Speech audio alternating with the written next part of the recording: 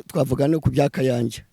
Kayanja wankunje tukomeza nta kibazo ko kari mu bantu bazwiho muri hano muri East Africa cyose kano kare k'Iburasirazuba ari mu ba bishop cyangwa se mu ntumwa mu bantu bazwiho gukoreshwa ibitangaza ndetse kandi bakoreshwa ibitangaza turi kuva cyangwa se bafite izimbaraga z'Imana. Buriya muri 87 ngizwa bari abasore batangiye ubutumwa bakora amakurusede babakijwe muri za 80 cyangwa 83 ariko je muzi 87 nkiswa niwakoreshaga amakurusede hano witwa kuri narambaye nkabona imbaraga z'Imana zamanukiye abantu baguye abantu barimo barakira indwara abantu barasimbuka mu bugari naramurebaga noneho we yageze ku rwego urengeje akoreshwa n'Imana ibintu by'ibitangaza n'ibimenyetso na n'uyu munsi wa none Kayanja aracyarihagaze mu mbaraga z'Imana cyane mu bantu muri Afrika nongere mbisubiremo ntabwo avuga amagambo gusa wibuka ari ijambo ry'Imana tubwirana nze kubasomera yaravuze mu Paulo yaravuze ati ningaruka iwanyu nzaza igice cya 4:19 ngira ngo ni nk'abakorino ati nzaza iwanyu vuba kandi sinzaza kureba amagambo mwishyashyarika gusa kuko ubwami bw'Imana atari ubw'amagambo ahubwo ari ubw'imbaraga z'iki. Ubu rero muri iki gihe abantu barashaka kugira ngo tubwirize uko abantu bumva kandi hari ibindi ikibazo nuko dupinga ibyo tutanazi tukagaye ibyo tutazi.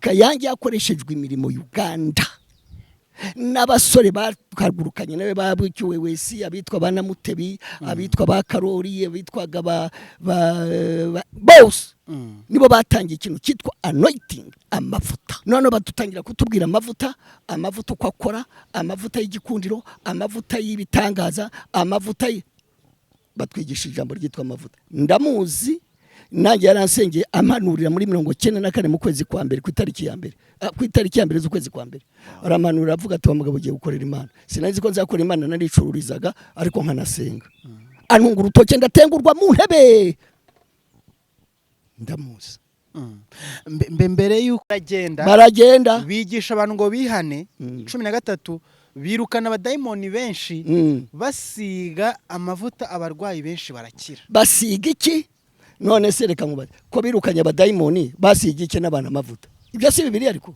basiga iki kandi abadayimoni bari banagiye ntibyari bihagije oya nanone hano hirya muri Yakobo ihute muri Yakobo cyo ngibyo abantu batazi umva umuhungu wanjye reka nkubwire ni muri abanyamakuru igihe cyageze cyo kugira ngo Imana igaragare mu mavuta yayo muri iki gihugu kuko doctrine twubatse urabizi nyuma y'intambara niho amatoro menshi yatangiriye none abo twasanze mu mbabare nawe mvuga bakavuga ngo babona izo mbaraga zimanuke ngo ni inzoka yizinguriza hejuru yaho ngaho ngo ni inzoka bati inzoka narwo nigeze kubaza haruguru hangaho ndamubaza se warayibonye nawe ngo yango ariko barabimbwiye ngo ica hejuru ngo ikabazira ngo bayirigata ngo imbaraga z'Imana zikamanukira abantu kubera doctrine bubatsweho y'ubuyobe kuko ubuyobe nukutemera iby'abandi Umuhungu ntabwo duhajije impano ushobora gutsegera umuntu akukanya gakira. Irembo ryera TV Irembo ryera TV kuri imiyoboro yacu cyangwa se kuri uyu muyoboro wacu turagushime cyane ko dukurikiye niba utarakora subscribe ni utajya ukora share ibiganiro uyu munsi ikintu ugiye kumva cyangwa se ikiganiro ugiye kumva uze kugisangiza undi muntu kuko ndabizi ko kiri buze kumufasha no kugira aho kimukura naho kimugeze. Uyu munsi turi kumwe n'umushumba ariko nge hashize iminsi mumenye kandi namumenye ibintu bikomeye cyane ni umuntu wahishura ibintu bikomeye cyane ni umuntu Imana ni umwe mu bantu bake dufite basobanura ibintu agiye gusobanura akabisobanura neza cyane kandi umuntu wese ku rwego ariho akabyumva akabisobanukirwa. Haleluya. Pastor ndakwakiriye. Imana guha umugisha. Ni umugisha ukomeye cyane kukwakira kuko uri mu bantu badakunda cyane izi social media. Ndabyanga. Ahubwo sintekereza ko bimaze ntibyungura abantu ahubwo bimwe birabasenya. Ariko wenda muri iyi minsi nitugira amahirwe n'umugisha muzagenda muza kubyo wenda mubona bishobora kuba byafasha mu ivuga butumwa kugira ngo wenda hagire bimwe mushyiraho umucyo n'abantu barushaho gusobanukirwa. Turakwakira ndabikunda urabizi iyo nshaka kugira ngo abantu bahinduke bunguke bamenye ijambo ry'Imana nabikora ariko bitari ukujya gutongana no kusebya abandi ndabyanga ntabwo kandi wigeze ubimbonamo oya rwose ndi n'imyaka maze n'imyaka itari mike ubu ninjiye umwaka wa 37 w'ubukuri nkaba ninjiye imyaka 37 nkijijwe nakijwe mfite imyaka 30 ubwo rero ibyo mvuga ndabizi ntabwo ushobora gukurikira ikintu imyaka 30 utagifitemo experience ndabizi kandi nakijwe neza abanshumbye barahari abanakoranye umurimo w'Imana barahari naho mvuga ubutumwa barabizi simvanga nigisha ijambo ry'Imana ry'ukuri kuko imyaka 37 umuntu aba ari umuntu uzi icyarimo niba ari umusirikare aba ari umusirikare aba niba ari umuvuga butumwa aba ari umuvuga butumwa niba uri umushoferi ubu uri umushoferi wow pastor abantu bashaka kuba ari ubwa mbere bakubonye nubwo benshi dusanzwe tukubona ariko kuri umuntu kubonye ari ubwa mbere ndumva wamwibwira jewe nababwira iki wamwibwira jewe nitwa Nzamwita Faustin ndi umukozi w'Imana nkora umurimo w'Imana muri iki gihugu no mu bihugu hanze mvuga ubutumwa ndi intumwa y'Imana Imana yambwiye muri 99 ntabwo uri umuvuga butumwa 99 ntabwo uri umuvuga butumwa uri intumwa yanjye kandi ngutumye muri bene wanyu nza mu Rwanda nza kuvuga ubutumwa no kubwiriza abantu narya amagambo mbabwira nayo urumva bishoke ko ushaka kuba utarakirijwe na reka dutangirire kuri rugendo rwo mu myaka 37 ishize urumva uri mu bantu biryoshye kuganira nabo kuko wamenye Kristo ukuze cyane wahishuriwe 30 ni myinshi cyane urumva niho Yesu Kristo we yatangiye kubwiriza we niho wamumenyeye cyane nicyo kintu tugiye guheraho byakunguye iki cyangwa se byaje bije kugufasha iki ku myaka 30 wari ufite kumenya Kristo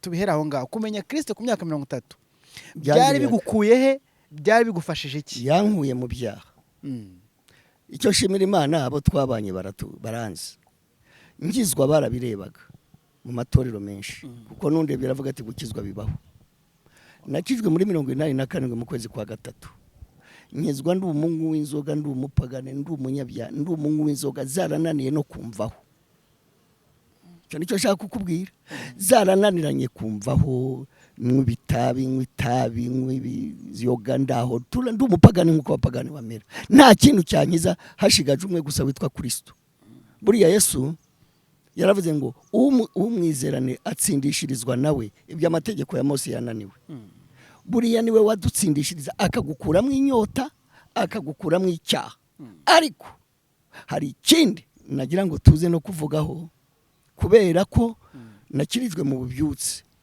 muri 87 nkirizwa mu itora umwuka wera amaze kumanuka cyangwa ububyutse amaze kumanuka muri kira gihugu cya Uganda nuzura umwuka nuzura imbaraga z'Imana zinkura mu icyaha izi mbaraga z'umwuka wera nizo zizinura umuntu icyaha zikamuhindura naho kuvuga amagambo ntabwo amagambo yaguhindura bibaho urabijyamo mu kanya gato inyota ikagaruka ukabisubiramo ariko imanukiwe n'umwuka wera ariyo mavuta y'umwuka wera araguhindura akagukuramo icyaha akagukuramo inyota y'ubusambanyi akagukuramo inyota y'inzoga akagukuramo inyota y'itabi akaguhindura ukabicyaremwe gishya hari akantu nifuza ko urumva yongeza amahirwe yo guhura n'umuntu umaze mu myaka yose mu gakiza mubaza kano kantu kugira ngo angeranyirize uburyohe abona abantu bagiraga muri 87 bwo kwakira Kristo no gukizwa n'uyu munsi kwakira Kristo uburyohe ubona abantu babyakirana cyangwa se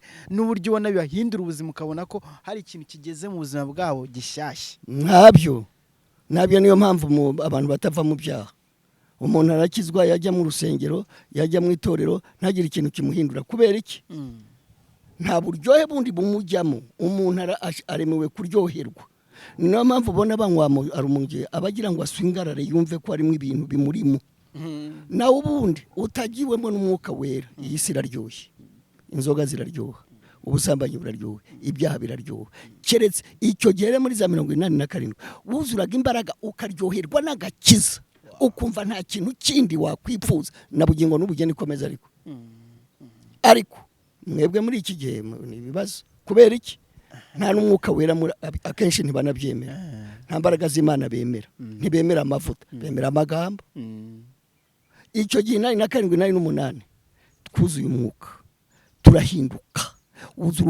nuzuye umwuka saa 3 wanyigishaga ari hakurya ya Bishop Rwanda muri twuzuye umwuka kuva saa 3 tugeza saa 8 nta muntu uzi yari twigaragura abamyuka mibi tuvamo imbaraga urabizi turi buganire byinshi umwuka wera n'iki n'amavuta n'iki yego aho niho nshaka ko twinjira wenda kujya utaza kurambira bano bantu badukurikiye bagiriye umunsi ikintu batahana hari abantu twigishijwe cyangwa se twabaye ahantu twakinyisho zitandukanye twigisha umwuka wera mu buryo butandukanye yego ariko cyane nk'umuntu nkawe njyewe nzi Imana yabishuriye kandi ubyigisha neza unabisobanukiwe n'umwuka wera kamanukira abantu n'umwuka wera wakumanukiye 8 cyagiye ibintu byari bitarivanga nk'uyu munsi kuko habisobanuye abantu bagifite ububyutse buri original bagishaka Yesu bakinyotewe Yesu ndifuza kuza kudusobanurira ubundi umwuka wera ndashaka ko tujyana ikibazo kubera icyo umuntu akwiye kwifuza umwuka wera mu buzima bwe kabiri none umwuka wera azate yinjira ate urakoze umwuka wera impamvu tushaka ko umwuka wera aza twebwe dukizwa muri iryo torero twakirijwemo naho n'abanshumbye barageragezaga niba hari igiterane cy'abantu 500 magana twagiraga ibiterane by'impuzamatorero byanze bikunze bapasita bakaguhamagara bakagusengera bakakurambika ikiganza ukuzura umwuka wera byanze bikunze kuko bari bazi ko umwuka wera nakumanukira nomero ya mbere uramenya ko Imana ibaho muri ikintu kitumenyesha ko Imana ibaho n'umwuka wera data na mwana n'umwuka wera Yesu yavuze aya magambo ati ntacyo byamarira ntacyo byabamarira ngumanye namwe ahubwo ningenda nzabohereza undi mufasha Yesu Petero yamwihakanye 3 ariko mu mperukaye yaravuze ati ni mumbambe nk'umwami wanjye mwe kumbamba nk'umwami wanjye mu ncuriki kubera umwuka wera wari ugize ute bakiri hamwe se ntiyamuhakanye ako nakamaro k'umwuka wera ahindura umuntu akamuhindura icyari ubusese ubundi yavuze ngo yaravuze ati yabwiye Nikodemu yari umunyadini kandi yari umufarisayo yari umwigisha w'amafarisayo yarazi amategeko ya Mose ukwangana yarazi na doctrine za Mose arangije Yesu aza ngo kwa Yesu nijoro aramubwira ati se wambwiye umuntu ko ndi muri byukora ko ari iby'ukuri nabona n'ubwami bw'Imana ati keretse ufutse bwa kangahe undatese najya mu nda ya mama nkongera nkavuka undatoya ati kibyarwa n'umwuka n'umwuka ari kibyarwa n'umubiri n'iki ati nibigutangaza aramugenda arangije aravuga ati kuvuka ubwaka kiretse ubyawe n'amazi n'umwuka je navutse nabyawe n'amazi mbyarwa n'umwuka wera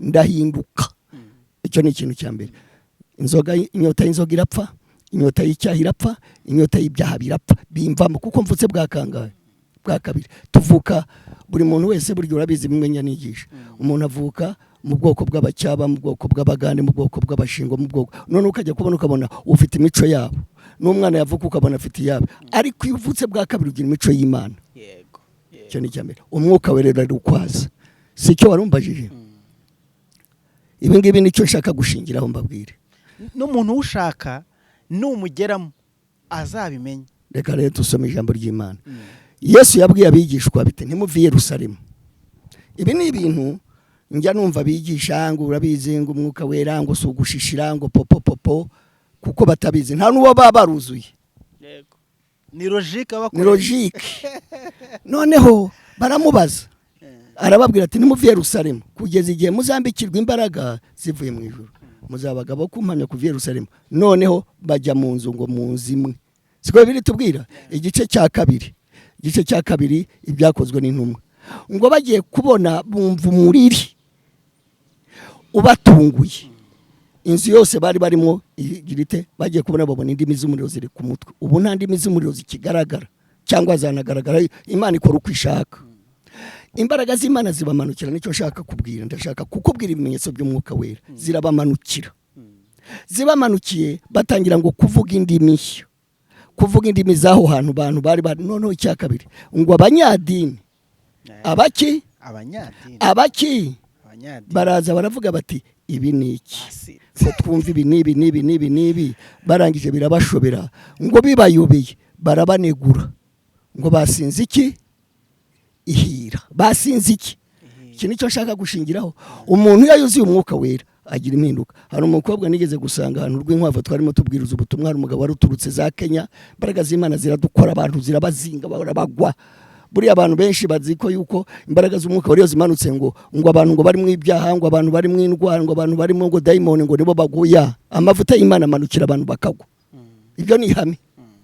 Noneho uwo mukobwa arambaza ngo yewe ngo nimwiyeze, urumva yari ahantu mu matorero ya doctrine zabo. Yeze ngo biranamwe n'ibiki. Ndamubaza ntese umwuka wari yamanukaga uyu muntu yasinza sati ngo yego ngo harugwa dandabiranywa kagwa, kuko wumve ko abanyadini babaneguye bibayobeye ngo barabanegura, bavuga ngo basinze iki ihira, basinze iki iki kintu mu cyumve gusinda ihira. Umuntu yasinze amerate intege zirashira twongeye dusubiremo umuntu yase. Ariko iryo jambo mwari nsomeye ibyakozwe n'intumwa ni igice cya 2.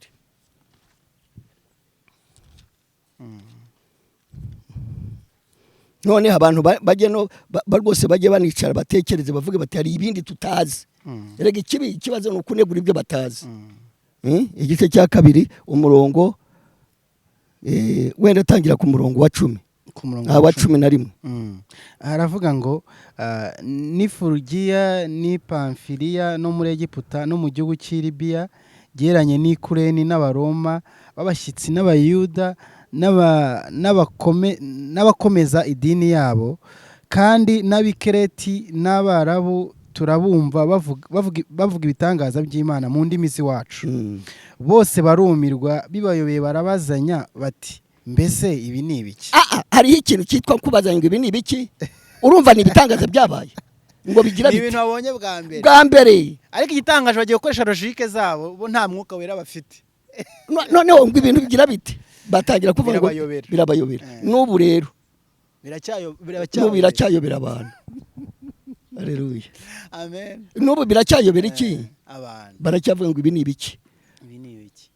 Abantu bagikuzimo, abantu bameze barya na barya. Ibyo bintu ndagira ngo tuze kubisubiramo. Ntabwo imbaraga ziva kuzivu ziva mu ijuru. Ntabwo aba bantu bari bavuye abanyadini kuva kera bahoze banegura ibiki. Wibuke umugabo witwa Yesu ngo Imana yamukoresheje igitangaza, barangije ngo ni Bezebuli umuha kwirukana baki abadayimoni. Arabwira ati se ni urutoki rw'Imana. Icya 2 hariho ikintu abantu batazi. Yesu yarababwiye ati umuntu kubabarirwa, umuntu azababarirwa igitutsi yatutse Imana n'igitutsi yatutse iki ati n'umwana we ari we Yesu. Atariko gutuka umwuka wera ni icyaha kitababarirwa none n'iteka ryose ntikizagira giteye. Mwite igiti kibi mu kite kibi, n'imbuto nziza mu kite, n'igiti kiza mu kite kibi. Buriya ari abantu ibintu banegura batazi ko bizabibazwa. Ntukanegura umurimo w'Imana n'umwuka wera. Niba utanabishoboye utanabikoreshwa icecekere, kuko usabe aguhishurire. Usaba Imana guhishure, winegura ibyo utazi, nka kwa kuni muri Petero ngo nabahangara banegura ibyo batazi. Ntibatinya no gutuka bakuru n'abanyacyubahiro, ntibatinya kubagira gute. Komeza. Yego. Harakomeza bavuga ngo abandi barabanegura bati basinze ihira. Basinze iki? Basinze ihira. Umva niba urusengero utaramana. Cyo bavuga ngo these men are full of new wine. Ngo banyoye wine ishya. Ngaho rero none se abahungu banjye nimumbwira umwuga iyo umuntu yasinze amerate. Sinabyo byonyine babonaga barimo baburuga imivunduru zivuga baseka. Umwuka wari yamanutse mu rusengero, harubwo twigeze kuzura umwuka wari turaseka. Bishop Rwanda muri yaravuze ati mugiye atagiye kumanuka umwuka wo guseka, itorero ryose rifatwa no guseka. Turaseka tuvaseka, urebye undi agaseka, uwo ni umwuka wera. Ikibazo turi mu gihe cyo buhenebere. Mbisubiramo turi mu gihe cy'ubuhenebere. Komeza umbaze ibindi. Urumvise uko umwuka weraza iyo amanutse ahindura umuntu bakamure. Abanyadini bagomba kugira gute? Kumunegura. Byanze bikunze iyo umuntu yuzuye umwuka wera, abanyadini bagomba kugira gute? Kumunegura. Iryo ni ihame. Hari ikintu ukomojeho ariko gisanzwe n'ubundi gitera urujijo ntekereza ko wenda bishobora kuba ari biterwa n'amadoctrine n'amadiscipline y'amatorero wenda abantu bagiye babamo ariko nkayo nk'umuntu wabibayemo muri 47 ubizi ko atari ibyuba atari inzaduka uradufasha kubyumva neza kumwe umwuka weramanukira umuntu cyangwa se waba uri gusengera umuntu ukabona acitse intege akaba yanakikubita hasi oya akagwa kuki reka nkubwire amavuta y'Imana yageze mu body uragwa wanze ukunze naje naraguye nawe waraguye naje narabipingaga ndi umunyarwanda nk'aba ngaba babipinga naje ndiwe narabibonye nkajya kubona nkabona abagande baragwa ndavuga abagande bafite abazimu babo ariko naraguye saa 3 ndagwa ngeza saa 8 ntaziyo nkangutse ndiseka nibi najyaga mipinga none nibi ngibi umugabo ndi witwa Kamesa yasengeraga umira ko sentare ya Rubaga kwa Kayanja yaraje hari muri 90 asengera abantu bagwa ngezeho ni ndago ndi ankozeho ngo ndabirinduka amaguru ajya hejuru ndangije ndiseka niseke nuko naguye nirataga ko ntajya harabajya bavuga yuko abagwa ari abanyantege nke bakanabihuza yuko akenshi pe usanga mu itano ry'abantu 1000 niba harimo nk'igitsina gore abantu 200 cyangwa usanga igitsina gore aribo bari kugwa cyane kurusha abagabo reka nkubwire ntekereza ko nawe ariho byahera uvuga ati se ngende bugwe nge ntago ndi bugwe naje ndiyavugaga nyine nabwira ngo ni iby'abagore ariko reka nkubwire abagore bagira imitima yoroshye muri kamere yabo ntabwo bateye nk'abagabo baranizera icyakabiri bagira musiyo ibintu bigira barya karira uvugishije n'abakarira ntabwo warizwa n'umuntu ngo kuvugishije nabi ahubwo wamuniga ariko abagore bagira bate barizwa ariko bakira vuba imbaraga kurenza abagabo ariko n'abagabo reka nkubwire n'abagabo imbaraga zirabakora iyo zamanutse ziraba cyase nizankoze nizankozeho buriya rero hari abantu wenda tubikomezemo ibi ngibi wenda twavuga no ku bya Kayanja wankundira tukomeza nta kibazo ko kari mu bantu bazwiho muri hano muri East Africa cyose muri kano kareke burasirazuba ari mu ba bishop cyangwa se mu ntumwa mu bantu bazwiho gukoreshwa ibitangaza ndetse bagiye bashinga n'amatora ahantu henshi hatandukanye kandi bakoreshwa ibitangaza turi kuva cyangwa se bafite izimbaraga z'Imana buriya muri 87 nkizwa bari abasore batangiye ubutumwa bakora amakurusede babakijwe muri za 80 cyangwa 83 ariko je muzi 87 nkizwa niwakoreshaga amakurusede hano witwa kuri narambaye nkabona imbaraga z'Imana zamanukiye abantu baguye abantu barimo barakira indwara abantu barasimbuka mu bugari naramurebaga noneho we yageze ku rwego urengeje akoreshwa n'Imana ibintu by'ibitangaza n'ibimenyetso na n'uyu munsi wa none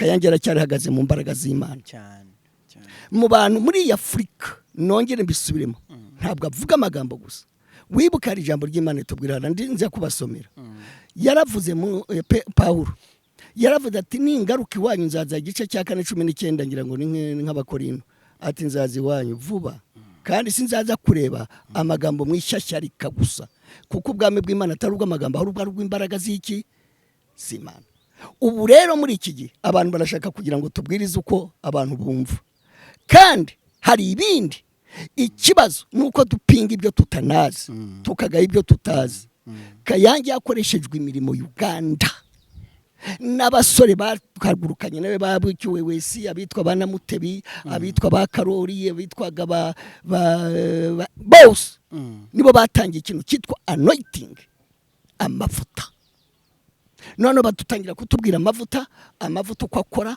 amavuta y'igikundiro amavuta y'ibitangaza amavuta batwigisha ijambo ryitwa amavuta ndamuzi nanjye yaransengeye amanurira muri 94 mu kwezi kwa mbere ku itariki ya mbere z'ukwezi kwa mbere aramanurira avuga ati mugabo ugiye gukorera Imana sinazi ko nzakora Imana naricururizaga ariko nkanasenga antunga urutoke ndatengurwa mu ntebe ndamuzi mbere yuko nuba amavuta aracyatangwa amavuta aracyahabwa abantu amavuta aracya ndetse ababizi bo nk'abari abantu bamnabizi bayabiba mu imbuto munakaza n'imbuto akabibatisabira amavuta ibyo tutazire mu Rwanda ahubwo tukabipinga tukabigaya buri umugabo witwa Benihini igeze kuza byani n'umuzi burya hari abantu bavuga ngo n'umuriminete cyane kandi babivuga n'abapasiteri n'abandi yaraje Kayanja asengera Kayanja amavuta aramubindura yikubita hasi barangije Kayanja yikubita hasi nabanamuteye baragwa bose noneho birangije barandika abanyamakuru muhora mwandika kandi nta n'ikibazo ngo Kayanja naye yavudemwe imizimu ngo Kayanja nawe yavuyemwe abaki yavuyemwe abazimu bose ko Kayanja kuko aracyafite abazimu kuko abonye abantu bagira bateye kuko yikubise hasi be nihe namusengeye nawe baravuga ngo nakanje yavuyemwe abaki abadayimoni ibyo ngibyo amavuta arasabwa amavuta arahabwa kose twinjira ku kintu cy'amavuta kubera iki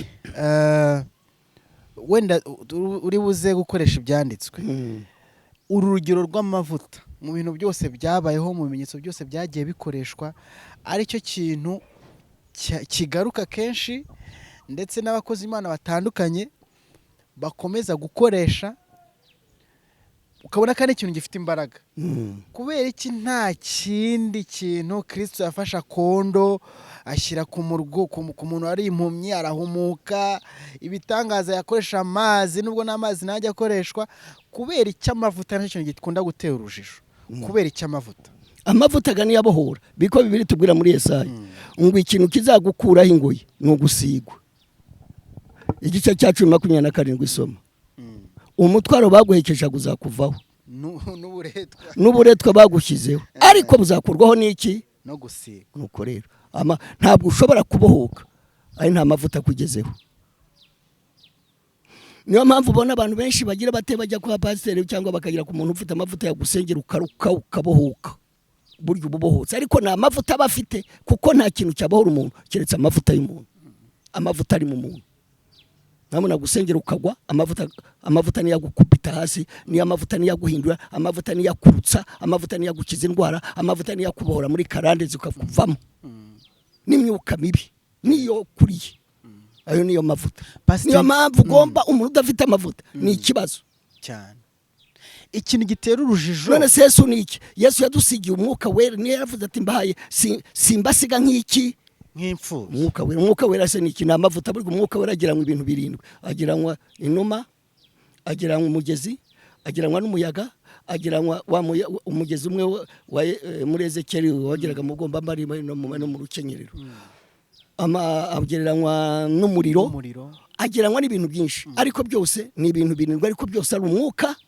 akagiranwa n'amavuta amavuta niyo ni imbaraga zindi z'abantu batazi zibonwa n'umuntu washatse Imana zibonwa n'umuntu wegereye Imana cyane ikamusiga ibi mba mvuga ibi ngiburora ntago nabivuga ngo ubyumve iteye kujya umbona nigisha ntubizi wibwira ko wankurikirana nize se he nizikingira amashuri heza ibi ngibi nta muntu byigana bishoborwa niyo mpamvu ubona Yohana na Petero bakorweshwaga ibitangaza n'ibimenyetso ngo barabanegura ngo baravuga bati aba bantu ko batigishijwe batagize bate ariko bibuka ko bagendanaga n'umugabo witwa nde Yesu barebye gushira amanga kwabo nawe niyo ndeba ubona mpamye ibintu ntazi urabizi none se ugira ngo Imana ugira ngo uyihamya kuko warebye mu ntuza wagize uyihamya kuko ikurimo amavuta y'Imana kurimo basta ari ikintu gishyira abantu mu rujijo benshi banibaza niba umuntu w'Imana cyangwa se nkuko ufite amavuta cyangwa se ufite izo mbaraga z'umukora zigukoreramo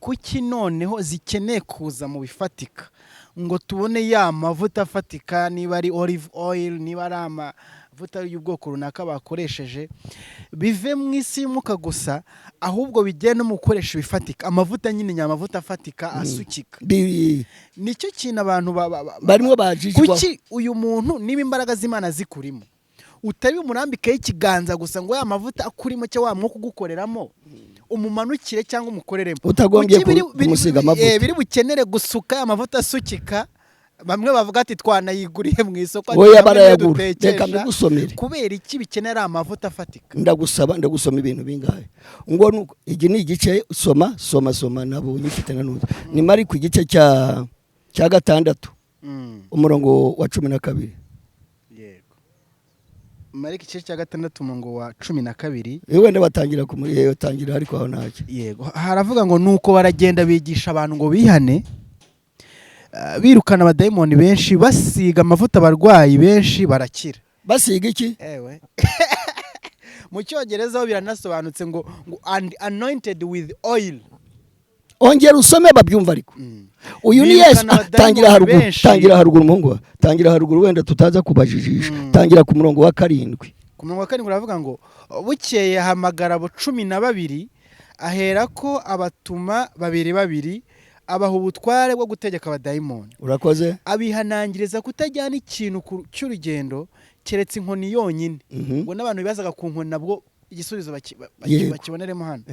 Ati mwijyana impamba cyangwa imvumba cyangwa amakuta mu mifuka yanyu, ahubwo mukwete inkweto kandi ntimwambare n'amakanzu 2. Kandi arababwira ati inzu yose muzacumbikamo aba ariyo mugumamo. Arimo arabwira abigishwa be intumwa ze nkuko turubu.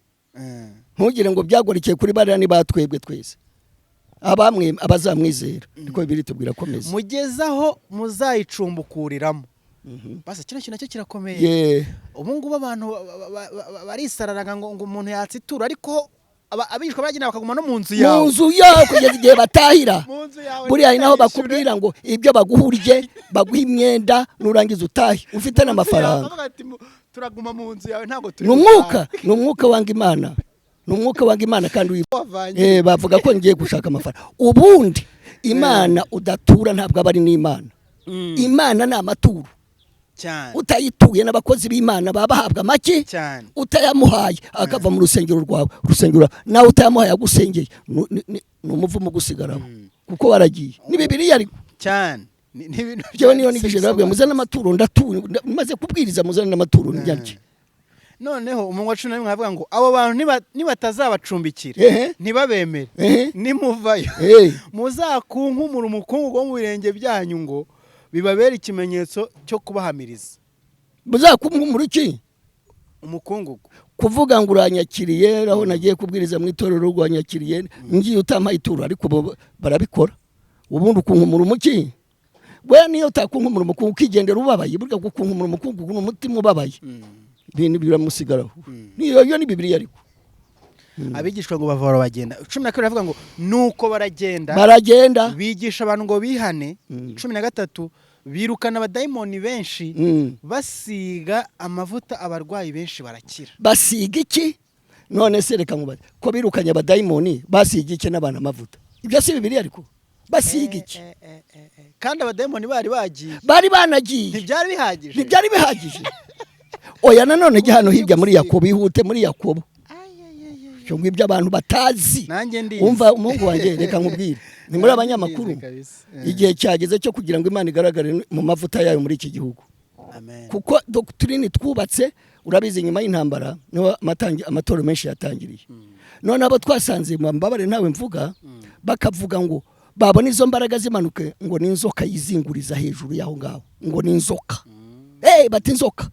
Narubona igeze kubaza haruguru hangado ndamubaza se warayibonye nawe ngo yango ariko barabimbwiye ngo ica hejuru ngo ikabazira ngo bayirigata ngo imbaraga z'Imana zikamanukira abantu kubera doctrine bubatsweho yububi kuko buyobe no kutemera iby'abandi. Umuhungu ntago duhajije impano. Ushobora gusengera umuntu akukanya gakira undi ugasengera umuntu ntakire ariko mwese mufite iki? Impano y'Imana. Undi akaririmbo kajya kubona ukabona abantu bafashije. Niko Bibiliya tubwira ariko turaza no kwasoma. Ariko wipinga ibyo utazi. Hari ibindi utazi utarabona. Niba Benihini Imana imukoresha kuri afata ikota karizunguza kagira atya bakagwa sidayimoni izo mbaraga we wazikurahe. Kuko amavuta ararushya. Niyo mpamvu abenshi bayasuzugura. Abenshi bakayasenya kuko ntiyabishobora. Amavuta ashaka kwirinda, amavuta ashaka gukiranuka, amavuta ajya mu mutima. Ntabwo wagira ishyano kugira amavuta.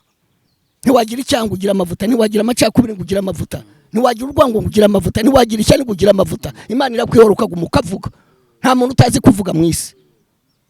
Bose baravuga. N'umuroza aravuga n'umujura aravuga. Buryo umujura kujya kukwemeza kwa amafaranga ntaba yakubwiye se.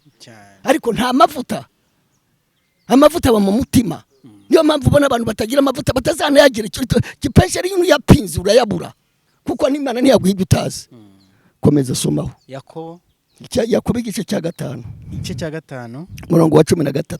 Umurongo wa 13. haravuga ngo mbese muri mwe hariho ubabaye nasenge, hariho unezerewe naririmbira Imana, muri mwe harimo urwaye natumira abakuru b'itorero bamusabire bamusiza amavuta mu izina ry'umwami. Bamusabire barangiza bamugire bate? Bamusiza amavuta. Nase ko bamusabiye kandi amavuta azate. Iyo ni Bibiliya. Ntabwo tuzafata ibingo tubirandwe tugushyire mu byo wifuza no kuvuga. Amavuta ariho arasigwa. Bibiliya tubwira mu barewe ngira ngo igice cyangwa ngibwira Mose ngo ufata amavuta yo gusiga. Ahubwo urumva abakuru bose n'abashumba bose amavuta ugombe kuba bayafite. Ihame iyo utayafite ufite ikibazo. Ihame rya Bibiliya. Ni ihame rya Bibiliya. Urakoze cyane. Nusengera umuntu umusiga amavuta ahubwo nicyo kibazo. Nicyo kibazo ubu ufite.